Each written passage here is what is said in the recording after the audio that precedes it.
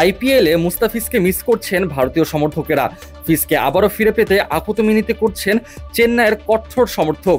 মূলত Indian premier লিগে এবারের আসরের প্রথম ম্যাচে রয়্যাল চ্যালেঞ্জার্স বেঙ্গালুরুকে ঘুরিয়ে ফিজ কেড়ে নেন সব আলো। এরপর যতদিন ছিলেন দাপট দেখিয়ে অংশীদার হয়েছেন চেন্নাইয়ের সাফল্যে। জিম্বাবুয়ের বিপক্ষে বাংলাদেশের দ্বিপাক্ষিক টি-20 সিরিজের কারণে 28 বছর বয়সী এই পেসার এনওসির মেয়াদ শেষ হয়ে যায় 1 মে। এরপর ফিরে আসেন দেশে। সে সময়ও তিনি ছিলেন আইপিএলের সর্বোচ্চ উইকেট শিকারী। মুস্তাফিজ চলে আসার পর ভুগতে হয়েছে চেন্নাইয়ের বোলিং ইউনিটকে। ঠিক যখন মুস্তাফিজ ম্যাজিকে ভর করে বাংলাদেশ দল হারাচ্ছিল জিম্বাবুয়েকে, তখন গুজরাট টাইটান্সের বিপক্ষে দেদারসে রান বিলিয়ে চেন্নাইয়ের হারের কারণ হয়ে দাঁড়ায় বোলাররা। 231 রানের লজ্জার ডুব দিয়ে গুজরাট টাইটান্সের কাছে চেন্নাইয়ের 35 রানের হারের পর তাই দলে দলে চেন্নাইয়ের ভক্তরা যোগ দেন মুস্তাফিজের সোশ্যাল মিডিয়া হ্যান্ডেলের কমেন্ট বক্সে।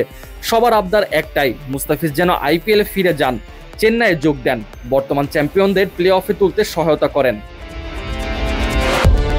জিম্বাবুয়ের বিপক্ষে ম্যাচ সেরার পুরস্কার হাতে নিয়ে মুস্তাফিজের ছবির নিচে এমন ভুরি ভুরি কমেন্ট জমা হয়েছে। চলে আসো ভাই, এখানে তুমি জিম্বাবুয়ে সিরিজের চেয়েও ভালো প্রস্তুতি পাবে। মহেন্দ্র সিং ধোনির এক ভক্ত লিখেছেন, লটাও আন্না, অর্থাৎ মুস্তাফিজ ফিরে আসো।